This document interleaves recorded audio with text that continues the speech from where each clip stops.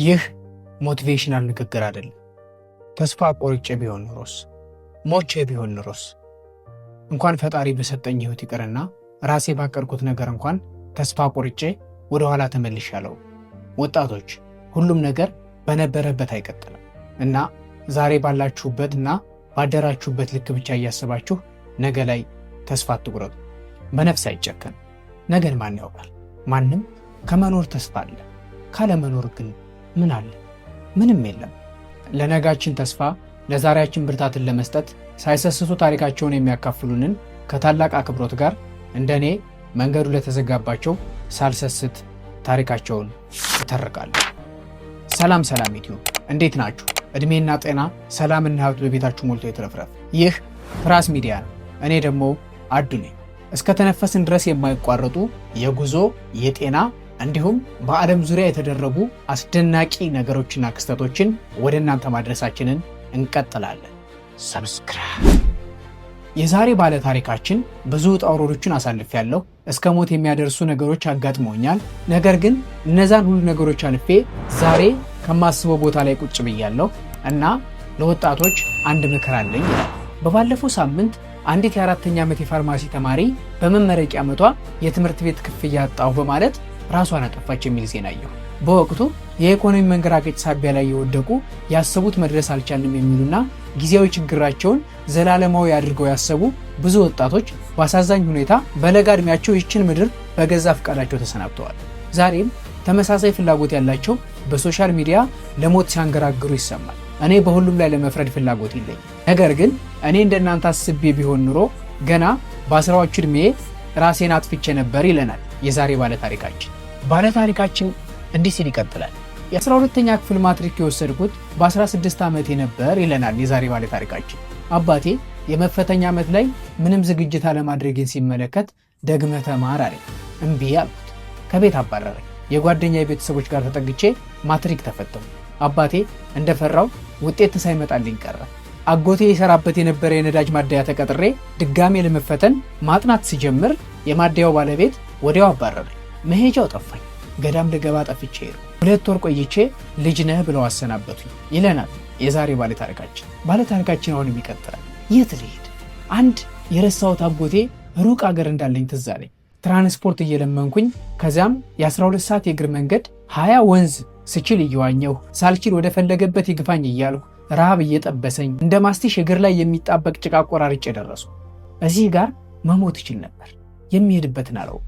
ድካምና ረሃብ አንገላቶኛል። ተስፋ የለኝ። ነገር ግን ምን እንደምሆን አላውቅም። እዛው ወንዝ ውስጥ ስምጥ ጸጥ ብዬ ብቀር እችል ነበር። መድረስ አይቀርምና ደረስኩ። እዛ ጭልም ያለ ጫካ ውስጥ በማላውቀው ባህልና ቋንቋ ውስጥ ወራት ቆየሁ። መኪና የለም፣ መብራት የለም፣ ቴሌቪዥን የለም፣ ስልክ የለም፣ አዲስ ነገር የለም። ዥው ያለ ገጠር።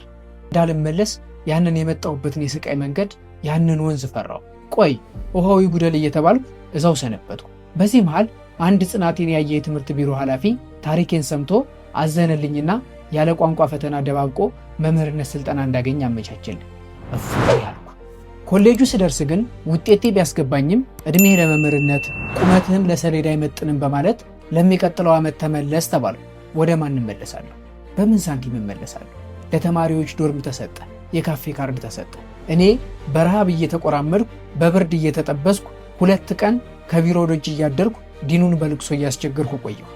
እግዚአብሔር ይስጠው፣ ተለመነኝ። ተመርቄ መምህር ሆንኩ። ሌላ የሚቀበለኝ ስለሌለ እዛው የላከኝ ቦታ ተመልሼ 1 ዓመት አስተማርኩ። ከዚያ በላይ ግን አልቻልኩ። ወደ ትውልድ ስፍራ ተመልሼ በመምህርነት ቅጠሩኝ ብዬ አመለከትኩ። ቋንቋውን እችላለሁ፣ እንግሊዘኛን በደንብ ማስተማር እችላለሁ አልኳቸው።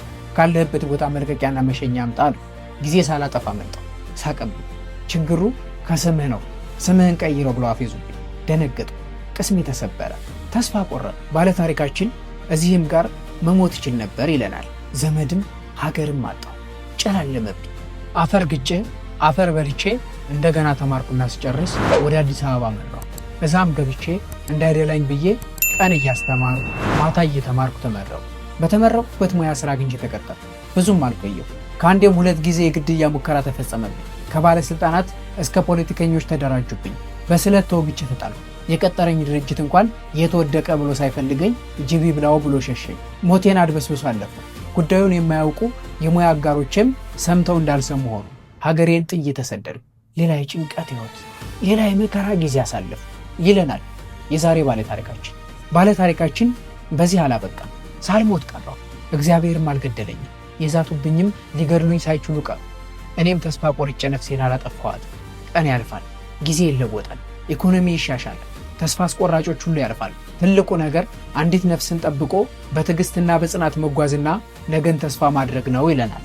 ከሁሉም በላይ ደግሞ ፈጣሪ ያለ ምክንያት አልፈጠረኝም ብሎ ማመን ነገን እንድናይ ዋና መንገድ ሆነናል ይለናል የዛሬ ባለታሪካችን። እኔ ዛሬ ያሁሉ መከራና ስቃይ አልፎ ከምፈልገው በላይ ብቻ ሳይሆን መሸከም ከምችለው በላይ ተደርጎልኝ በፍቅርና በትዳር ተሰብስቤ በልጆች ተከብቤ በልጅነት ተመኝቼ ያጣሁትን ትምህርት ዓለም አለኝ ብላ ከምትኮራባቸው ታላላቅ የትምህርት ተቋማት ውስጥ እየተማርኩ ዘመኑ ከፈጠራቸው የቴክኖሎጂ መኪናዎች የመጨረሻ የተባለለትን መኪና እየነዳሁ ፈጣሪን እያመሰገንኩ በደስታ እኖራለሁ። ነገ ከዛሬ በእጅጉ የተሻለ ነው። ማን ያውቃል? ሀገሬንና ሕዝቤን እንደገና ለማገልገል በቃ ይሆናል። እኔስ ባልበቃ ልጆቼ ማገልገላቸው ይቀራል ይለናል የዛሬ ባለታሪካችን። ተስፋ ቆርጬ ቢሆን ኑሮስ፣ ሞቼ ቢሆን ኑሮስ፣ እንኳን ፈጣሪ በሰጠኝ ሕይወት ይቅርና ራሴ ባቀድኩት ነገር እንኳን ተስፋ ቆርጬ ወደኋላ ተመልሼ አላውቅም። ወጣቶች፣ ሁሉም ነገር በነበረበት አይቀጥልም እና ዛሬ በዋላችሁበት ባደራችሁበት ልክ ብቻ እያሰባችሁ በነገ ላይ ተስፋ አትቁረጡ። በነፍስ አይጨክኑ። ነገር ማን ያው ማንም ከመኖር ተስፋ አለ፣ ካለመኖር ግን ምን አለ? ምንም የለም። ይህ የጋዜጠኛ የት ነበርክ ታደለ ታሪክ። ምናልባት ሰውየው ያለበትን ሁኔታ አላለ፣ ግን ታሪኩ ለእኛ ለወጣቶች አስፈላጊና እጅግ የሚገባው ሰዓት ላይ የመጣ ታሪክ ነው። ይህን ታሪክ በየትኛውም መንገድ ቢሆን አልፎታል። እንዴት እንዳለፈው ለሱና ለፈጣሪ ብቻ ነው የተገለጠው። እኛ ግን ይህንን ታሪክ ስንሰማ እንበረታለን፣ እንጀግናለን፣ ነገን እናስታውሳለን፣ ወደ ነገም እንደርሳለን። ሁላችንም ወደ ነገ ያጅነን ወደ ሞታችን የምንቀርበው። ምንም ሆነ ምንም ግን ማወቅ ያለብን ነገር ስኬት ወደኛ ይመጣል። ይህንን ታሪክ ድንገት ፌስቡክ ላይ ሲንሸራሸር አገኘሁት። እንዳየሁት ላላዩት ባካፍል ብዙ ትምህርትን፣ ብዙ ጽናትን፣ ብዙ ተስፋን ይሰንቃሉ ብዬ ስላመንኩ ወደ እናንተ አደረስኩትኝ። እስካሁን አብሬያችሁ የቆየሁትኝ አዱ ነበረው። ሰላምና ጤና ከብዙ ሚሊዮን ብሮች ጋር በቤታችሁ ይሙላ ይትረፍረፍላለሁኝ። ሰላም ሰላም ሰላም።